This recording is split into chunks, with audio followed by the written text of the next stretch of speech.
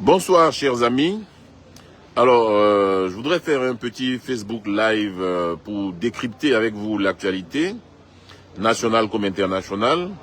Vous connaissez tous le modus operandi de mes directs.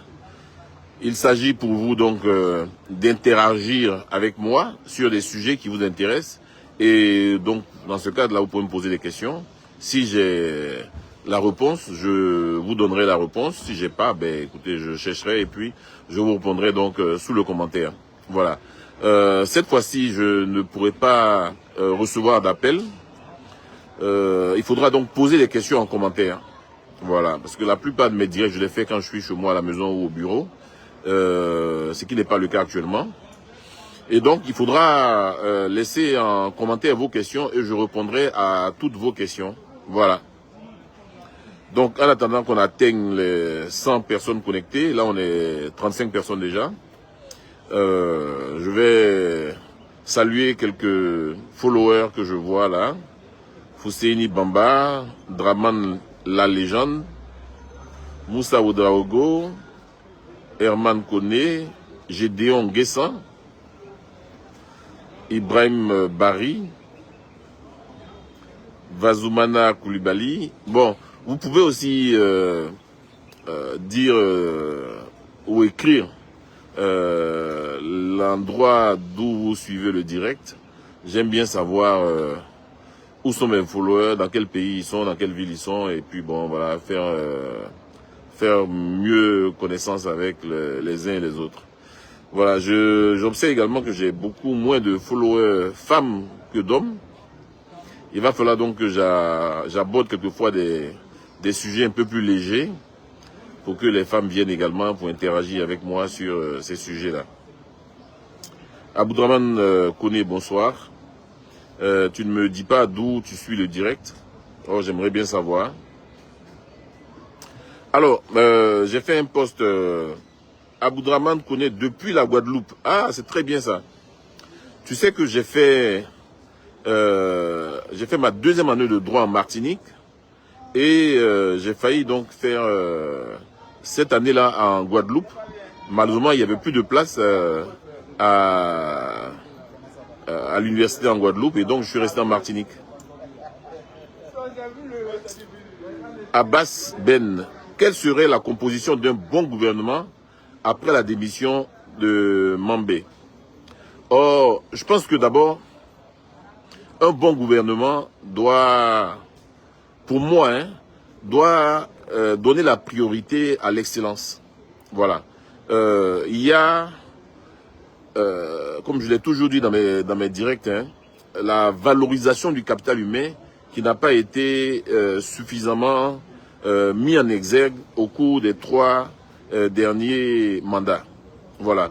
On a mis beaucoup d'accent sur la valorisation infrastructurelle et superstructurelle, donc des infrastructures, mais telles donc les hôpitaux, les universités, les écoles, les centres de santé, les routes et tout ça, c'est nécessaire, hein. Je ne dis pas que c'est pas nécessaire, c'est même important. Donc une fois qu'on a fait tout ça, l'étape suivante, ce doit être maintenant la valorisation du capital humain. Voilà, vous avez vu que dans certains lycées, on n'a pas d'enseignants de matière scientifique. Donc comment vous allez construire une génération d'ingénieurs, de médecins, de scientifiques si dans ces établissements, il n'y a pas d'enseignants? Et donc, s'il n'y a pas d'enseignants, ça veut dire que dans ces matières-là, le personnel, les ressources humaines estiment que leur compétence n'est pas suffisamment valorisée. Voilà. Donc, si on veut développer durablement un pays, si on veut rentrer dans la cour des grands, si on veut jouer à jeu égal avec les grandes puissances, il va falloir donc investir dans l'homme. Investir dans l'homme, c'est investir dans la compétence. C'est investir dans le savoir, c'est investir dans l'éducation. Voilà. Et pour moi, c'est la base de tout développement. On n'investit pas suffisamment dans la recherche fondamentale. Ce qui fait qu'aujourd'hui, dans nos pays, nous sommes devenus des consommateurs. Voilà. On ne fabrique rien, on importe tout et on consomme. Mais On est incapable de dire comment on fabrique un poste radio, comment on fabrique un vélo, comment on fabrique un iPhone, mais on consomme. Or, on ne deviendra pas développé si nous ne restons qu'au stade de la consommation. On sera toujours dépendant, on ne sera jamais souverain. Et donc, la seule façon d'avoir cette souveraineté-là, c'est d'investir dans l'homme, c'est d'investir dans les ressources humaines, c'est d'investir dans le capital humain. Voilà. Et ça, c'est extrêmement important. Et pour ça, il y a des Ivoiriens dans tous les domaines qui ont la compétence, qui ont les compétences, qui ont les connaissances qu'il faut mettre en valeur pour qu'on aille au-delà de ce qui a été fait. Beaucoup a été fait ces 15 dernières années, c'est indéniable, notamment en matière d'infrastructure. On est fiers quand on circule sur nos routes, etc. Mais il faut maintenant que nos médecins, nos enseignants, nos personnels soignants, notre administration soient au niveau des infrastructures dont on dispose. Voilà. Pour moi, c'est ça, la valorisation du capital humain. On doit être premier dans les concours de maths, on doit être premier dans les concours de sciences, on doit être premier dans les concours d'informatique, on doit donner des primes aux inventeurs, aux ingénieurs. Voilà, on doit être capable, nous, aujourd'hui, de fabriquer ce dont on a besoin. Vous voyez, par exemple, les Blancs, ils mangent des frites. Ben, ils ont fabriqué des friteuses. Voilà, nous, on mange des l'igname, mais à ma connaissance, on n'a pas fabriqué des machines pour piler le foutou. Or, on mange des ignames. Est-ce qu'on va attendre que ce soit un Français, un Belge, un Italien qui ne mange pas le foutou, qui fabrique une machine pour piler le foutou et nous, on va les acheter, on va comme des consommateurs que nous sommes pour pouvoir nous en servir. Voilà. Donc, il faut investir dans la recherche et c'est ça que j'appelle la valorisation du capital humain. Voilà. Ok. Vous avez suivi le poste de Jean-François Kouakou ce matin. Oh là, ça passe tellement vite. Sur les concours administratifs de la fonction publique. J'ai pas suivi le poste de Jean-François Kouakou, mais j'imagine que c'est relatif au concours des agents de douane. Je ne sais pas si c'est de ça qu'il s'agit, mais j'ai publié le communiqué. Je crois qu'il y a beaucoup qui n'ont pas lu le communiqué. Mais je vais faire preuve de pédagogie pour que les gens comprennent. Voilà, je vais d'abord lire le communiqué, la partie du communiqué qui doit vous intéresser, et ensuite là vous allez comprendre. Il ne s'agit pas d'un concours ouvert. Il s'agit d'un concours fermé.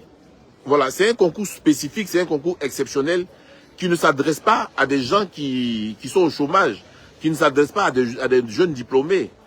Il s'agit de personnes qui sont déjà des contractuels de l'État, des agents contractuels de l'État qui sont au ministère du Budget.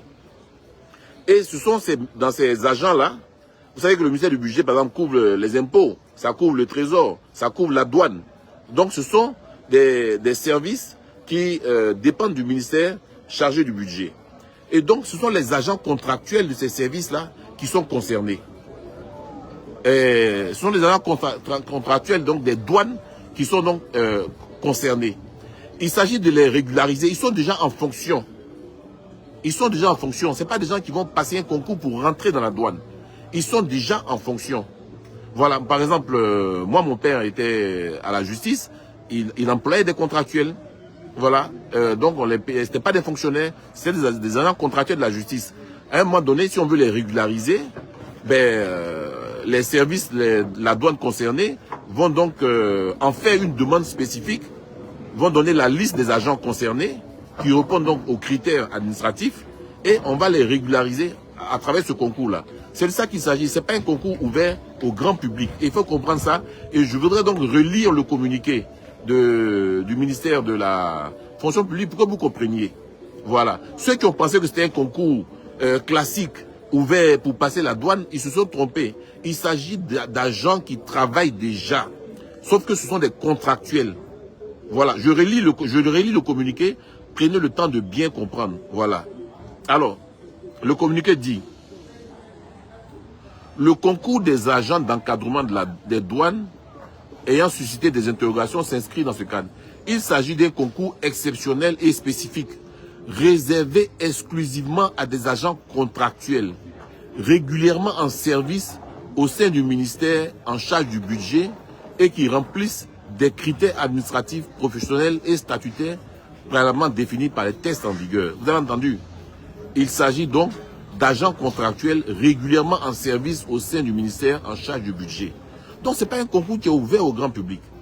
Le concours ne constitue donc pas un concours direct ouvert au grand public, mais une opération interne de régularisation administrative, distincte des concours classiques accessibles aux jeunes diplômés et aux candidats externes.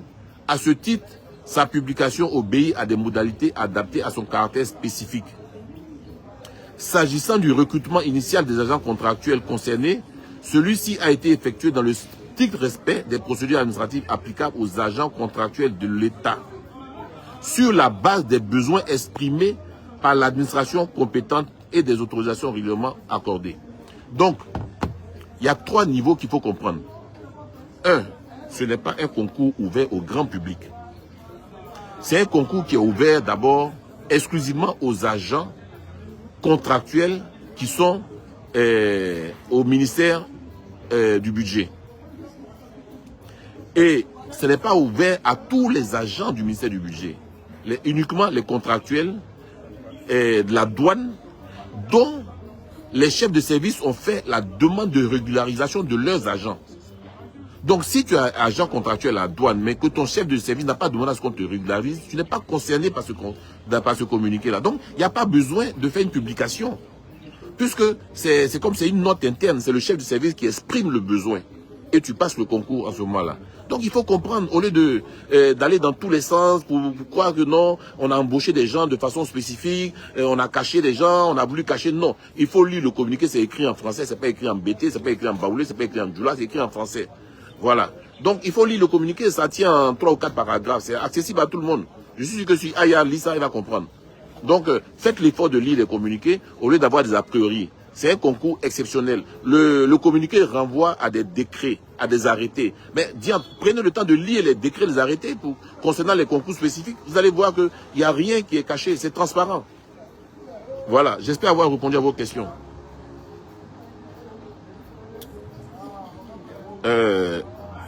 Dufi Kwaku. Le souci, c'est que le recrutement des contractuels est biaisé depuis l'origine. Bon, ça c'est une autre affaire. Mais ce dont on parle là, moi, je vous ai donné l'explication officielle du ministère de la fonction publique. Voilà. Donc c'est à ça qu'il faut s'en tenir. Voilà. Parce que beaucoup n'ont pas lu le communiqué et ont cru que c'était un concours ouvert. Parce que j'ai vu là qui disent oui, mais pourquoi ça n'apparaît pas sur le site internet? Pourquoi ça n'a pas? Mais c'est pas un concours qui est ouvert au public. Pourquoi vous voulez qu'on aille publier ça alors que c'est pas ouvert au grand public? Ce sont les personnes concernées qui ont été informées dans les différents services. Ce sont les agents qui travaillent déjà à la douane et qu'on veut régulariser. Donc il faut comprendre ça. Je ne sais même pas pourquoi c'est si compliqué à comprendre un truc aussi élémentaire. Ce n'est pas un concours qui est ouvert au grand public, c'est ouvert à des agents contractuels. C'est comme aujourd'hui, vous avez des agents contractuels qui travaillent au ministère de l'Éducation nationale. Ils ont été recrutés en tant qu'agents contractuels. Si demain on veut les régulariser en tant que fonctionnaires, ce sont ceux-là qui vont passer le concours concerné. Donc ce n'est pas ouvert à tous ceux qui veulent devenir instituteurs. Ça va concerner seulement ces agents-là. Et parmi ces agents-là, ce n'est pas eux tous. C'est ceux dont les chefs de service ou les établissements auront demandé à ce qu'ils soient régularisés, qui seront régularisés. Donc lisez le communiqué, c'est en français les gars. C'est en français. Voilà. Il y a des gens qui veulent politiser tout, qui veulent voir de la politique tout, qui veulent régler des comptes politiques. Moi je ne suis pas dans cette logique-là. Quand c'est bon, je dis c'est bon. Quand c'est pas bon, je dis c'est pas bon. Donc il y a un communiqué qui est là. Vous lisez pas le communiqué. Vous dites oui, moi j'ai regardé la page là-bas, le concours n'apparaît pas dessus. Mais un concours qui est fermé, qui résulte d'une note interne. Pourquoi vous voulez qu'on aille publier ça comme si c'était un concours qui est ouvert? On ouvre un concours quand c'est ouvert à tout le monde. Mais si c'est pas ouvert à tout le monde, pourquoi on va ouvrir? Ah, vous aussi. Bon. Arthur Stéphane, maintenant si tu devais être ministre, tu serais ministre de quoi? Oh mon cher, moi, c'est pas ça ma tasse de thé. Je veux servir la Côte d'Ivoire, je veux être utile à la Côte d'Ivoire. Voilà. Donc, en étant planton, en étant maçon, en étant menuisier, si je peux être utile à la Côte d'Ivoire, c'est largement suffisant pour moi.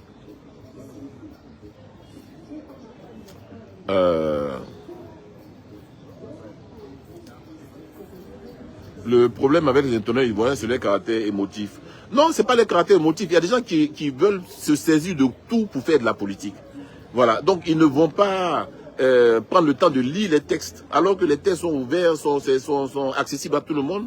Mais ils veulent faire des règlements politiques, ils se disent, bon voilà, ce régime-là, il faut qu'on lui trouve des poux dans les cheveux, il faut qu'on trouve des failles. Et donc, alors qu'il n'y a même pas de failles, en l'espèce, comme je l'ai dit, le communiqué est clair. Il faut prendre le temps de lire le communiqué, ça dure 2 minutes. Il y a 3 paragraphes dessus. Et puis, une fois qu'on a compris ça, si on a un peu d'intelligence, on comprend ça facilement. Maintenant, bon, vous ne pouvez pas rêver quelqu'un qui fait semblant de dormir, hein.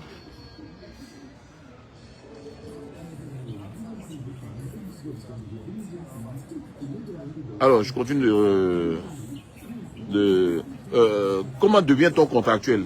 Ben, contractuel, c'est un contrat. Voilà, comme tu dis, c'est pas un concours. Pour être contractuel, c'est un contrat. Voilà. Voilà. Moi, par exemple, mon père était à la justice avant. Il a embauché des contractuels pour l'aider, mais c'est pas des fonctionnaires, mais il travaille à la justice. Voilà. Donc, c'est un contrat de droit privé, on va dire. Voilà. Sauf que tu travailles pour l'État.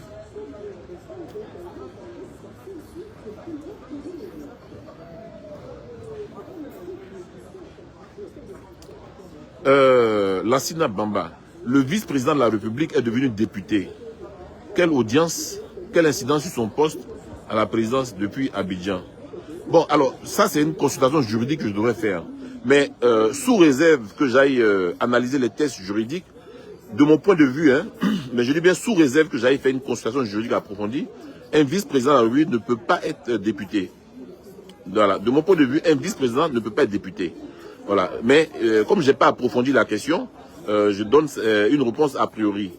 Mais juridiquement, de mon point de vue, compte tenu de la séparation des pouvoirs, le vice-président de la République, il est quasiment comme un président de la République. Voilà. Ils ont pratiquement les mêmes prérogatives. Donc, est-ce que le président de la République peut être député? C'est pas possible. Donc, à plus forte raison, donc le vice-président. Mais je vais en faire une consultation que je vais publier. S'il peut l'être, je dirais il peut l'être. S'il ne peut pas aussi, je dirais il ne peut pas l'être.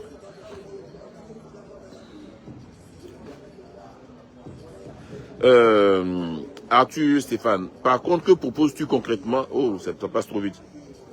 Jean Bonnat est toujours là pour éclairer les anti-ados ou veulent politiser vraiment, merci.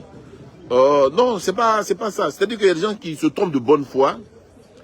Voilà, il y a des gens qui n'aiment pas lire. Donc, comme ils n'aiment pas lire, donc ils ne comprennent pas. Et puis, il y a des gens qui ne se trompent pas de mauvaise foi. Ils pensent avoir trouvé une faille et qu'ils vont exploiter pour faire du populisme, pour se donner de la contenance, pour paraître intelligents, alors qu'ils ne sont pas intelligents très souvent. Et puis, bon, voilà la réalité. J'ai publié un texte. Au lieu de prendre le texte pour lire, non. On dit, ah oui, on veut mettre ses camarades là-bas en cachette à la douane, alors qu'on vous dit bien dans le communiqué qu'il s'agit d'agents déjà en service. Donc, c'est des gens qui sont en service, ce sont des contractuels qu'on veut régulariser. Voilà.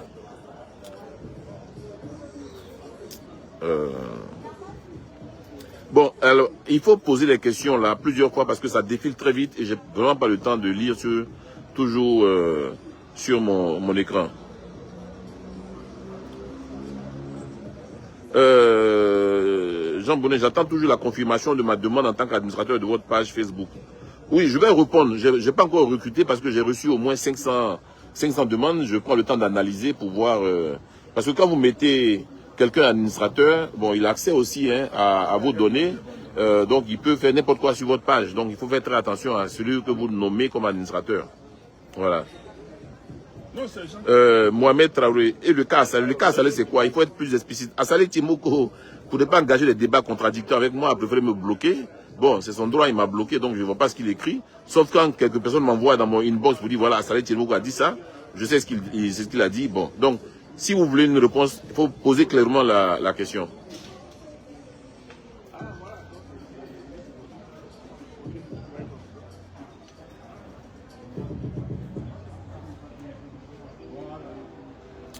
Lincoln Abbé.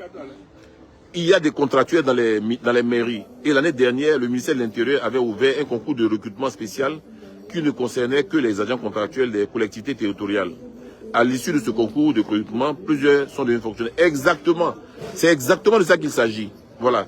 Donc, c'est pas, il faut que les gens comprennent. Les concours administratifs, là, il y en a qui sont ouverts. Généralement, c'est les concours qui sont faits par l'ENA, par la police, la gendarmerie. Voilà. Mais il y a des concours qui sont fermés. Voilà. Qui sont fermés. Il y en a qui ne sont ouverts que aux agents déjà en service. Voilà, on appelle ça des concours internes. Oh là, c'est non seulement les agents en service, mais ça ne concerne que les contractuels. Et encore des contractuels dont les chefs de service ont fait la demande. Voilà, donc il faut prendre le temps de lire pour comprendre. Ok. Voilà. C'est maintenant que le communiqué essaie de rattraper le coup. Non, pas du tout. Pas du tout. C'est une affaire interne. Donc il n'y a pas besoin de faire de publicité. Mais comme les gens veulent en faire une affaire politique, donc on explique. Voilà, donc on explique. C'est pas que c'est maintenant on veut rattraper le coup. C'est une réalité. Voilà, c'est une réalité. Altesse Mohamed, j'ai signalé 2 fois des faits sur votre WhatsApp sans lecture, sans réponse. L'affaire n'a pas été traitée. Mais Mohamed, je reçois à peu près 200 à 300 messages par jour de dénonciation, d'alerte, etc. Donc, j'ai pas le temps de tous les lire. Voilà, j'ai pas le temps de tous les lire. Donc, quand c'est comme ça, là, la solution, c'est de ramener ça plusieurs fois. Et puis, bon, si tu as la chance, je tombe dessus. Et puis, bon, voilà. Donc, effectivement, il y a des gens qui envoient des choses qui datent de 1 an que j'ai même pas encore ouvert. Voilà, j'ai à peu près 3000 messages que j'ai pas encore ouverts.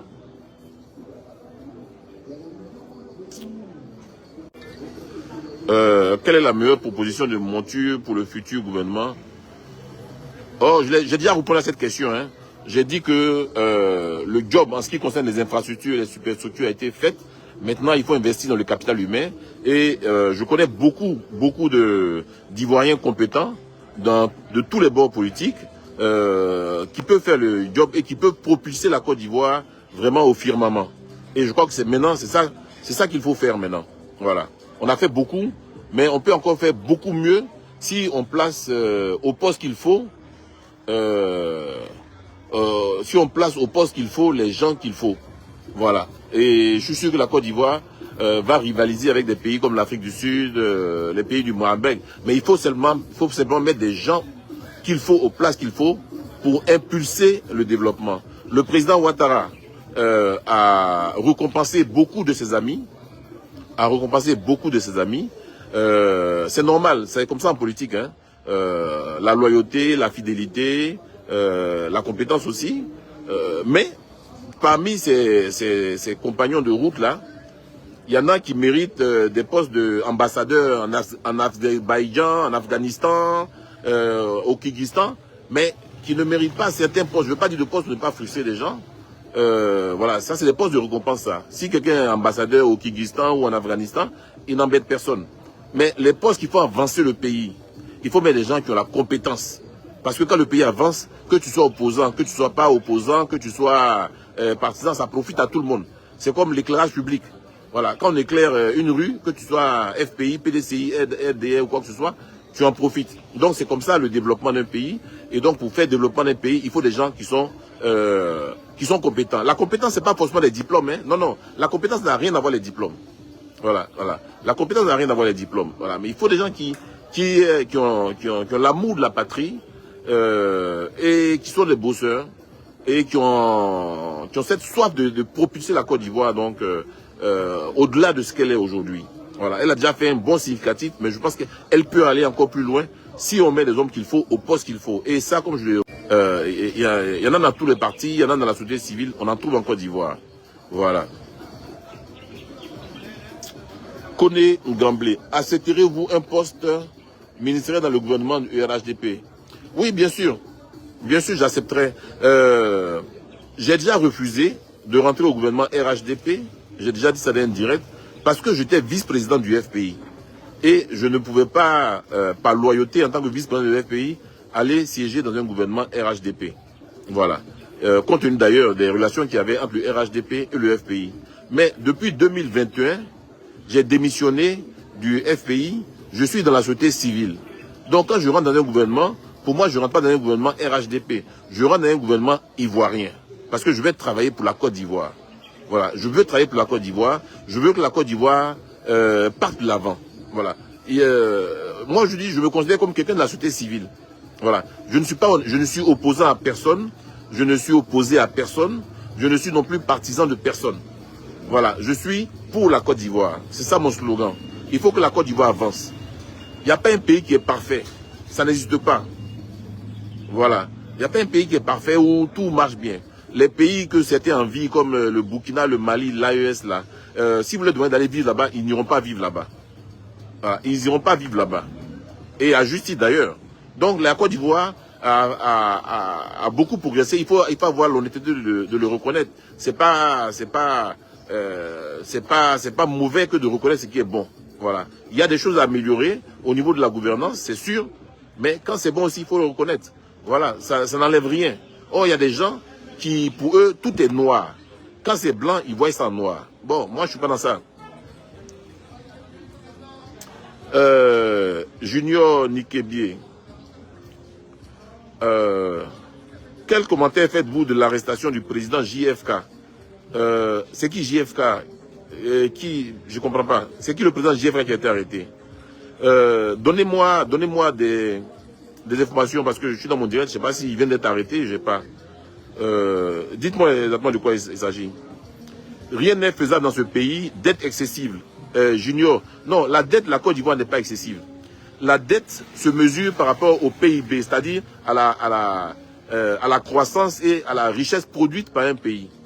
Donc, on fait le ratio PIB-dette pour voir est-ce que ce pays-là est endetté ou surendetté.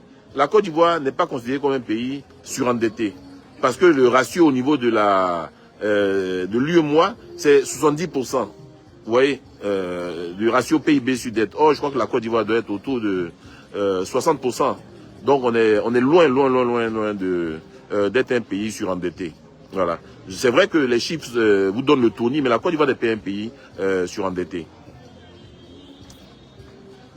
Trouvez-vous normal qu'un député soit nommé ministre, même si vous allez dire que la suppléante peut assurer oui, mais un député peut être ministre, sauf que tant qu'il est ministre, il ne peut pas siéger à l'Assemblée nationale à cause de la séparation des pouvoirs. Mais écoutez, lisez la Constitution. La Constitution n'interdit pas à un député, c'est ce qu'on appelle en droit les incompatibilités. Vous ne pouvez pas faire les deux en même temps. Soit vous êtes député, soit vous êtes ministre. Parce qu'il y a une incompatibilité. Voilà, c'est pas une impossibilité d'être ministre, député, c'est une incompatibilité. Ça s'appelle un régime d'incompatibilité. Ça veut dire que dès l'instant où tu es ministre et que tu deviens député, tu dois choisir. Soit tu restes ministre, soit tu restes député. Donc il n'y a pas d'incompatibilité en droit ivoirien. Donc oui, un ministre peut devenir député, sauf qu'il devra choisir. Et s'il ne peut pas, il ne veut pas être député et qu'il veut rester ministre, alors c'est son suppléant. Parce que la loi a prévu qu'il y ait des suppléants. Monsieur Jean Bonnet, apparemment, Thiam veut rejoindre le RHDP. Qu'en pensez-vous de sa sortie le 6 janvier? Je n'ai pas écouté sa sortie le 6 janvier, donc je ne peux pas vous dire, mais je ne pense pas qu'il va rejoindre le RHDP. Il est président d'un parti politique. Pourquoi irait-il le rejoindre? Je ne comprends pas. Ça veut dire quoi? Le PDCI va se fondre dans le RHDP? Je ne comprends pas. Mais je vais aller lire sa déclaration et puis je vous dirai ce que j'en pense. Le RHDP avait 77% à l'Assemblée nationale. Oh là, ça passe trop vite. Je vous vois productif dans un portefeuille ministériel. Bon, ça passe tellement vite. Le RHDP avait 77% à l'Assemblée nationale. Continuera d'être privilégié. Ne faudrait-il pas